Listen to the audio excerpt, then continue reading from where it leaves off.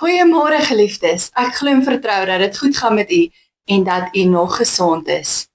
Die Here het opgestaan, hy het waarlik opgestaan. Welkom by vandag se video wat op Paasondag opgeneem word en wat handel oor die opstanding van ons Here Jesus Christus. Ek het met my voorbereiding op 'n gedig afgekom wat ek graag vir ons wil voorhou. Die gedig se naam is Opstanding. God het die mense die kroon van sy skepping gemaak. Satan het die mens tot sonde verlei uit wraak.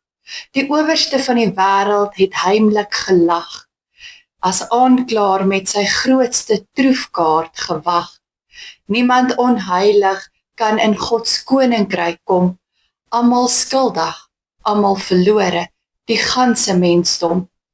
U geregtigheid is dat die mensdom self moet betaal.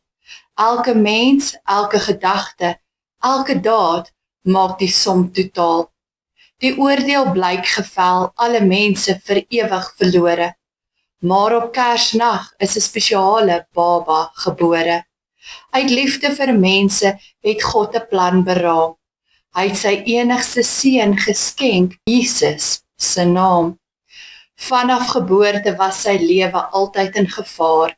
As gewone mens soos ons, versoeking, verwerping ervaar.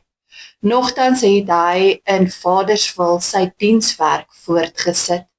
Mense geleer, genees, vergewe en vir hulle gebid.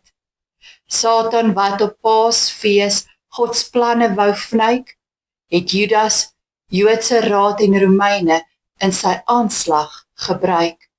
Met Jesus die Messias dood, sou hy uiteindelik God oorwin. Min wetend op Golgotha is die volmaakte offer gebring. Daardie goeie Vrydag het 3 verlate kruise oorgebly. Saterdag was Sabbat en die Satan glo hy het sy sin gekry. Toe breek Sondag aan en die Satan word verslaan.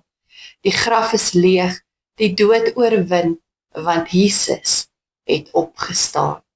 Geskryf deur Ruben Venter. Geliefdes, mag hierdie opstanding Sondag vir jou voorwaar 'n Sondag van fees wees en mag jy beleef dit waaroor Paasfees werklik gaan. Maar voordat ons verder gaan ek vra dat ons eers ons oë sal sluit en saam sal bid. Kom ons bid nou saam. Here en Hemelse Vader, ons kom vandag na U toe en ons kom sê vir U dankie. Dankie dat ons hierdie Paasnaweek kan vier. Dankie dat ons by Goeie Vrydag kon stil staan. Jesus wat aan die kruis vir ons gesterf het, wat dood gegaan het. Maar Vader, dankie dat dit nie daar geëindig het nie. Dankie dat hy opgestaan het uit die doodheid en dat ons dit nou vandag kan saam vier. Vader, die opstanding bring soveel dinge vir ons na vore. En daarom wil ons kom vra dat U met elkeen van ons vandag uit hierdie teks sal praat, dat U dit opnuut vir ons sal oopbreek, dat U ons harte en ons gedagtes gevange sal neem, en dat elkeen wat na hierdie video luister vandag, dit sal hoor wat U wil hê hulle moet hoor. Vader, en daarom kom vra ons Gees van God, kom werk met ons, kom breek die woord nou vir ons oop, en help ons sodat ons dit wat ons hoor, daagliks sal kan uitleef. Daarom vra ons, spreek Here, ons as U kinders luister. Amen. Nou geliefdes, ek het dit goed gedink om vanoggend by die opstanding van Jesus stil te staan uit die Lukas weergawe uit. So ons gaan Lukas 24 saam lees vanaf vers 1 tot en met vers 12. So indien u Bybel by het, is u meer as welkom om nou te volg. Lukas 24 vers 1.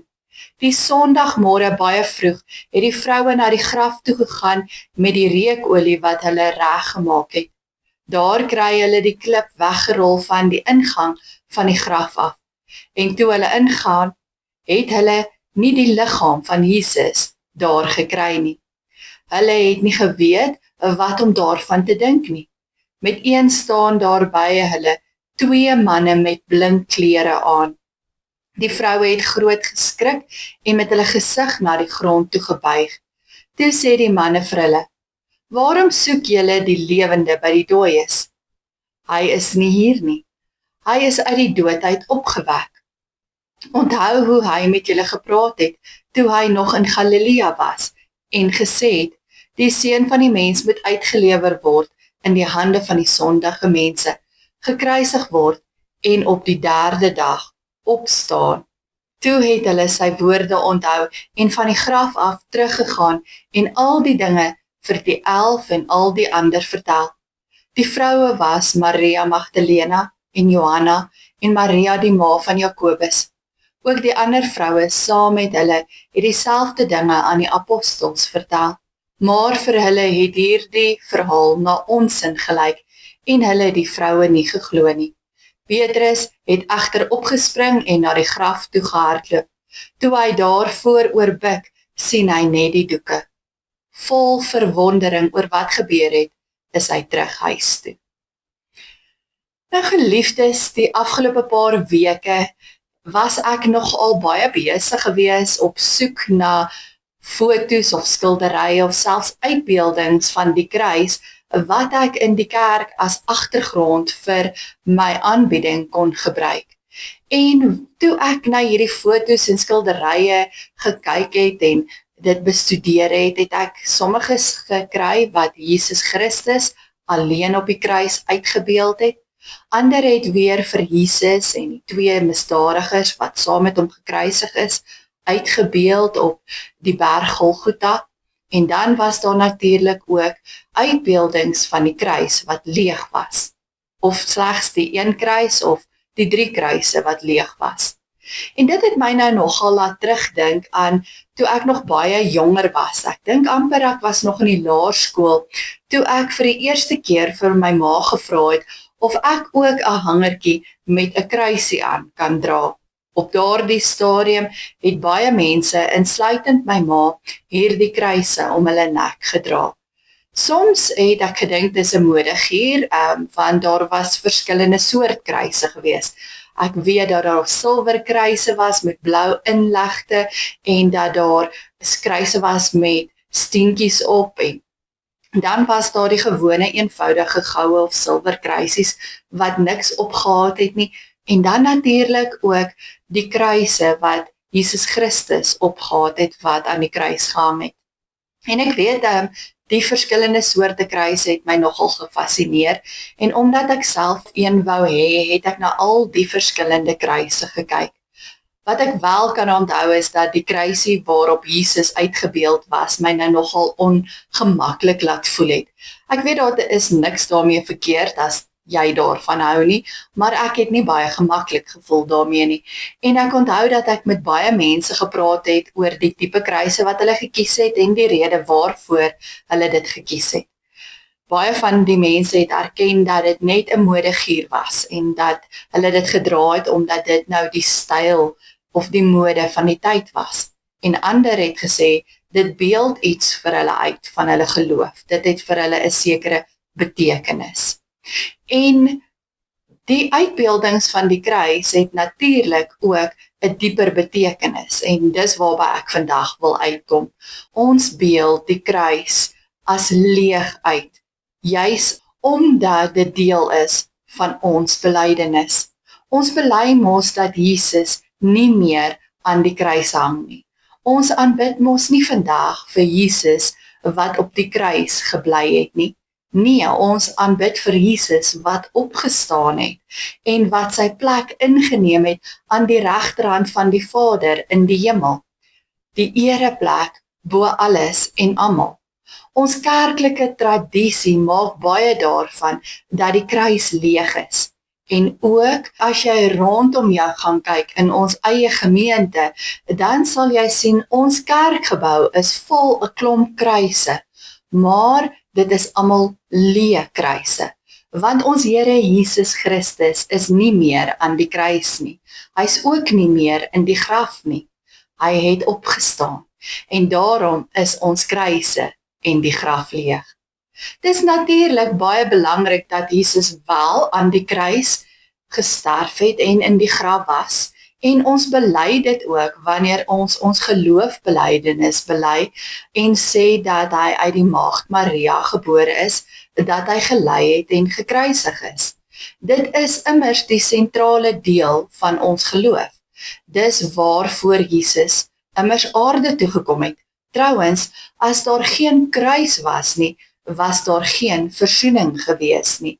En dan sou ek en jy in die oordeel voor God skuldig moes gaan staan het, met die las van duisende oortredings van ons leeftyd op ons skouers.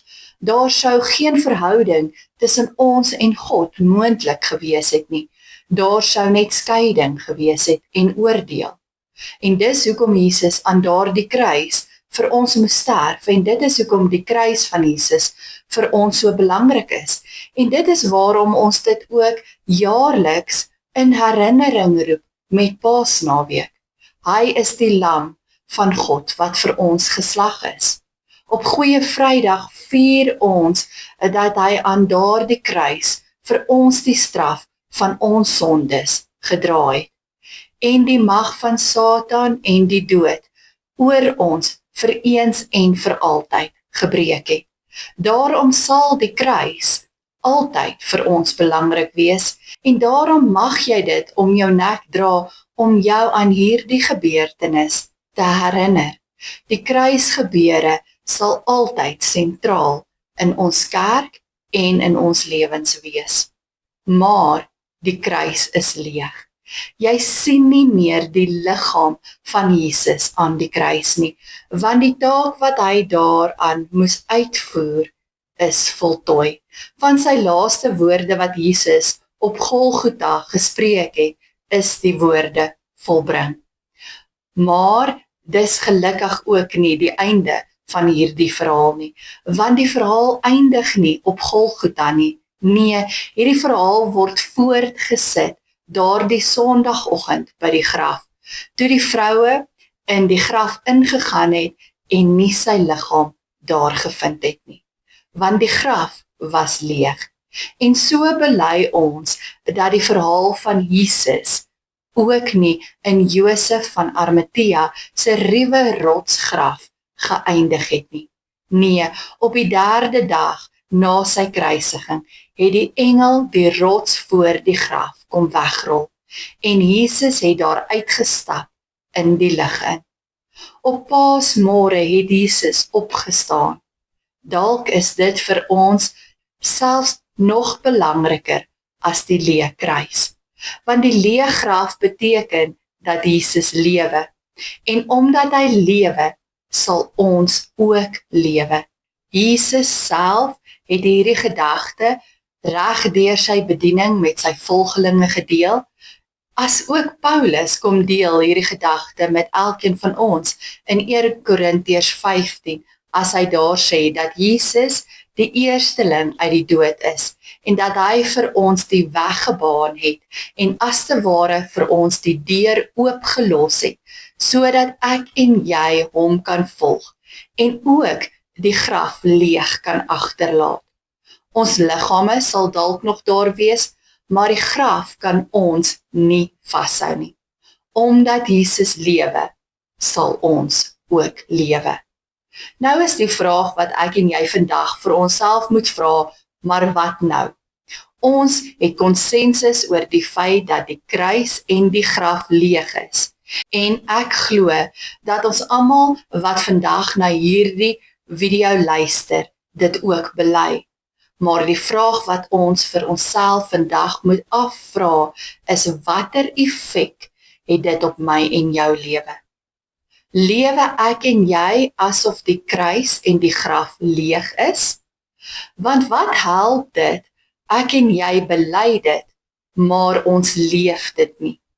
In eenvoudiger Afrikaans, watter verskil maak dit in my en jou daaglikse lewe, dat die kruis en die graf van Jesus Christus leeg is? Watter verskil maak dit aan jou lewe en aan die verhoudinge waarin jy staan, dat Jesus my en jou verhouding met God herstel het? Watter verskil maak dit in my lewe? Watter verskil bring dit na vore in my daaglikse verhoudings? Watter verskil maak dit dat Jesus Christus opgestaan het? Lewe jy soos iemand wat glo in die Jesus wat sowel die kruis as die graf leeg agtergelaat het en nou aan die regterhand van God sit, vanwaar hy die toekoms van ons hele wêreld in sy hand hou. Meer nog, van wie ons bely dat hy weer kom, die slag as regter om te oordeel. En as jy nog nie seker is wat om op hierdie vraag te antwoord nie, dan kom help Paulus ons weer eens daarmee in 1 Korintiërs 15, wanneer hy ons inlig en sê, iemand wat aan Jesus behoort is 'n nuwe mens. Die ou is verby en die nuwe het gekom. Dit alles is die werk van God. Geliefdes, het die leë kruis en die leë graf jou lewe kom vernuwe. Die oue is verby, die lewe in die skadu van die graf is verby, want jy behoort aan die een wat die graf leeg agtergelaat het en aangegaan het. Net soos ek en jy na hierdie Paasnaweek die leë kruis en die leë graf agterlaat en aangaan met ons lewens. Anders as wat ons voorheen was. Geliefdes, ons kan nie deur Paasnaweek gaan sonder dat dit ons verander nie. Ons is nuut gemaak, ons word elke keer nuut gemaak wanneer ons deur Paasnaweek beweeg, want dit is wat Paasnaweek vir ons kom doen. Dit moet ons verander, dit moet ons vernuwe. Ons moet mense wees wat nuut lewe, wat nuut dink, wat nuut reageer, veral in ou omstandighede, veral wanneer ons geïrriteerd raak of gefrustreerd raak met mense. Moet ek en jy begin om nuut te reageer, om anders te reageer. Ons moet nuut lewe in die verhoudings waarin ons staan.